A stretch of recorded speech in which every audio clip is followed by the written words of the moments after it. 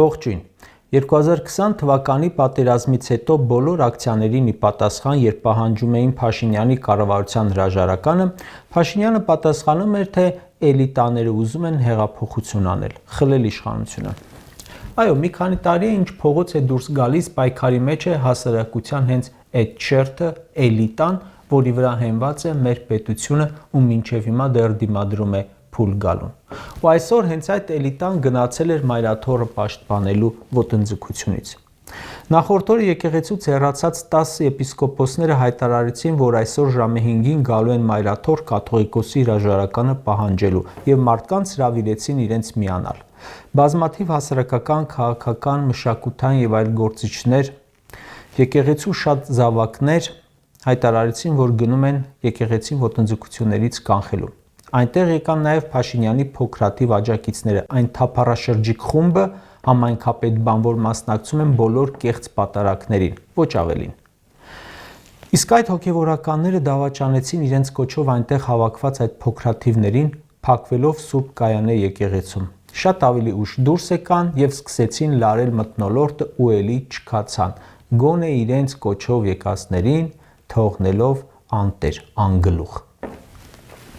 Չնայած չեմ հավատում, թե այդ մերժված հոգևորականներին էր պատկանում Մայրաթոռ գնալու միտքը, այլ հենց Նիկոլին էր պատկանում, որը այդ հոգևորականներին լարում է։ Ուղղակի նախապես հասկանալով երևի, որ հերթական անգամ խայտառակվելու է, իր կոչով մարդ չի գնալու, երևի որոշեց ուղիղ եթերով հետևել գործընթացներին եւ կառավարել SMS-ներով։ Նաև շատ կարևոր բան տեղի ունեցավ։ Հրապարակվեց, որ Գերագույն հոգևոր խորհրդի կազմից հեռացվել են եկեղեցուն դավաճանած այն 10 եպիսկոպոսների մի մասը։ Արցախի թեմի առաջնորդ Վրթանես եպիսկոպոս Աբրահամյանը, որի հեռացման պահանջը արցախցիներն էին հայտնում, Մասյացոտն թեմի առաջնորդ Գևորգ եպիսկոպոս Սարոյանը, Բալթյան երկրների թեմի առաջնորդ Վազգեն arczepiskopos Միրզախանյանը։ Կրկնում եմ։ Հավաքվել էին հազարավոր հավատավոր քաղաքացիներ եւ Նիկոլ Փաշինյանի փոքրաթիվ, բայց ագրեսիվ աջակիցներ։ Ինչու են ագրեսիվ։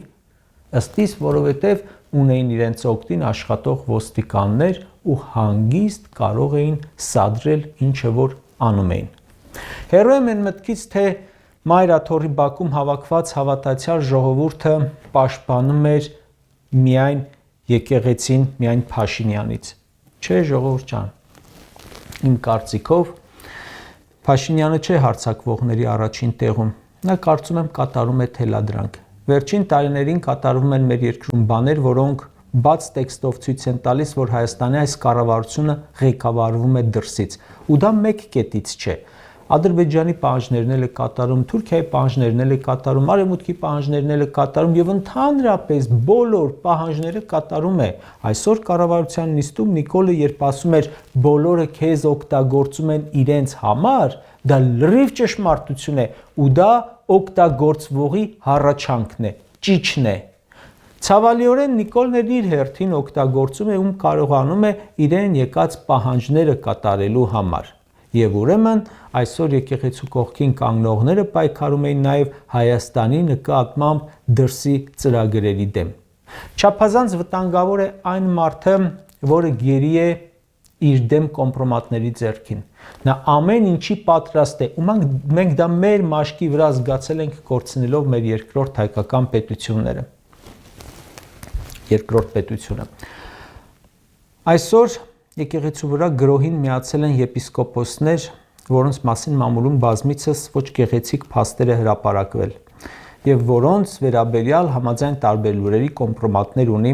Փաշինյանը, ու այդ կոմպրոմատներով կառավարում է նրանց, հանում եկեղեցու ու ժողովրդի դեմ։ Այդ եպիսկոպոսները ըստ երևույթին ուզում են փրկել ոչ թե իրենց հոգին, այլ մեկը ունեցվածքը, մեկը իր երեխայի փաստը կոծկել, մեկը Արցախ ուրանալու պատժից ազատվել, այն մեկը շքեղ ապրելակերպի բացահայտումներից ազատվել։ Հələ մի պահ պատկերացրեք, Գարեգին II-ը հեռացել է, այդ 10-ից մեկին նշանակել են կաթողիկոս։ Մնացած 9-ին էլ բարձր եկեղեցական պաշտոններ են տվել։ Նիկոլը, որ այդ մարդկանց դեմ կոմպրոմատներով մատերի վրա խաղացնում է, նույն կոմպրոմատներով կառավարելու է եկեղեցին։ Այսօր, բացի Մայրաթոռի վրա գրոհից, իրար հետևից 3 լուր հրապարակվեց, որոնք կապված են այդ բոլորը իրար հետ եւ շատ տխուր տեսարան են ստեղծում։ 44-օրյա պատերազմում անհետ կորածների հարազատները բողոքի ակցիա են անում, պահանջում հայտնաբերել, վերադարձնել իրենց հարազատին։ Նրանց մեծ մասը այն համոզմանն է, որ իրենց զավակը գերի ադրբեջանական բանտում։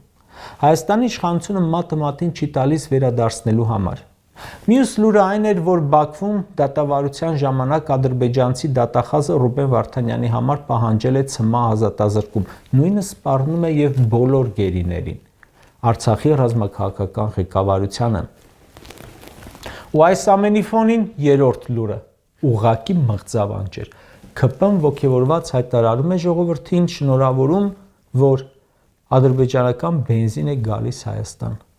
Նոյեմբերի 28-ին Ադրբեջան է այցելել Հայաստանի փոխվարչապետը ու ոչ թե բանակցել է, որ գերիներին օր առաջ, ժամ առաջ բաց թողնեն, այլ որ պոեզով բենզին գա։ Մեր գերիներին ՑՄ ազատազրկում է սպառնում, Նիկոլը թուրքերի հետ առևտրի մեջ է։ Արցախից առևտուրը պրծել է, անցել է Հայաստանին։ Տարիներ շարունակ Հայաստանում կոչեր էին հնչում թուրքական ապրանքներ բոյկոտելու։ Այդ ժամանակ դեռ պատերազմ էլ չկար։ Խաղաղ ժամանակներ էին, բայց մարդկանց կոչ էին անում չգնել թուրքական հագուստ, չգնալ թուրքական հանգստավայրեր, որովհետև մեր վճարած փողով Թուրքիան զինում է իր եւ ադրբեջանական բանակը, մեր վճարած փողով իրենց դիվանագետներին վարձատրում է, որ պայքարեն մեր դեմ։ Իսկ պատերազմի ժամանակ Նիկոլի ընտանիքներ էր միացել հենց այդ թուրքական ապրանքը բոյկոտելու արշավին ու պահանջում էր մերժել ամեն թուրքականը։ Իսկ ինչ անում այդ ընտանիքի հայրը, շնորհակալություն է հայտնում Ադրբեջանին Հայաստանի վրա Վրաստանի տարածքով բենզին ծախելու համար։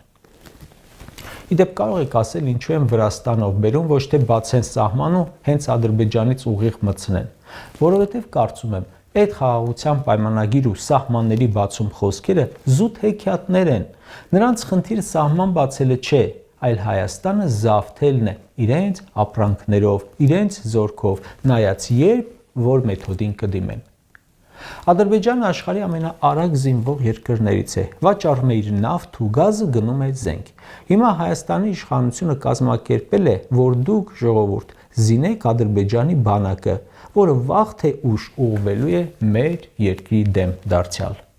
Այո, թուրքական շորն էժան է ու վաղն ադրբեջանական բենզինը կարող է շատ էժան լրնելու, բայց հենց այնպես է նվաճում, չէ՞։ Այն ժամանակ Նիկոլիկինը Մեհրիբանին հրավիրում էր չայ խմելու, հիմա Մեհրիբանենց ընտանեկան բիզնեսն են բերում Հայաստան։ Վաճառվում է էժան բենզին, դիմացը արժանապատվություն, հերթում կանգնած կլինեն կառավարական ավտոները։ Այսինքն այդ բենզինը ով է վաճառելու, իշխանական օլիգարխը, թե Ալիևի ընտանեկան սոկարի կալոնկաներ կհայտնվեն։ Մի հատ այդ կալոնկաներից առաջարկում եմ հենց եռաբլուրի տակ դնեք։ Ադրբեջանական այդ բենզինով են լիցքավորելու իրենց ավտոները, որ գնան նաև կնունկ ծնունդների ու երրորդ բաժակով ոտքի կանգնած խմեն զոհված տղաների կենացը։ Նիկոլիկինն ասում էր, մեր տղաները զոհվել են հանուն ոչնչի, այսօր կարող են ասել, զոհվել են հանուն բենզինի։ Կարճ ասած,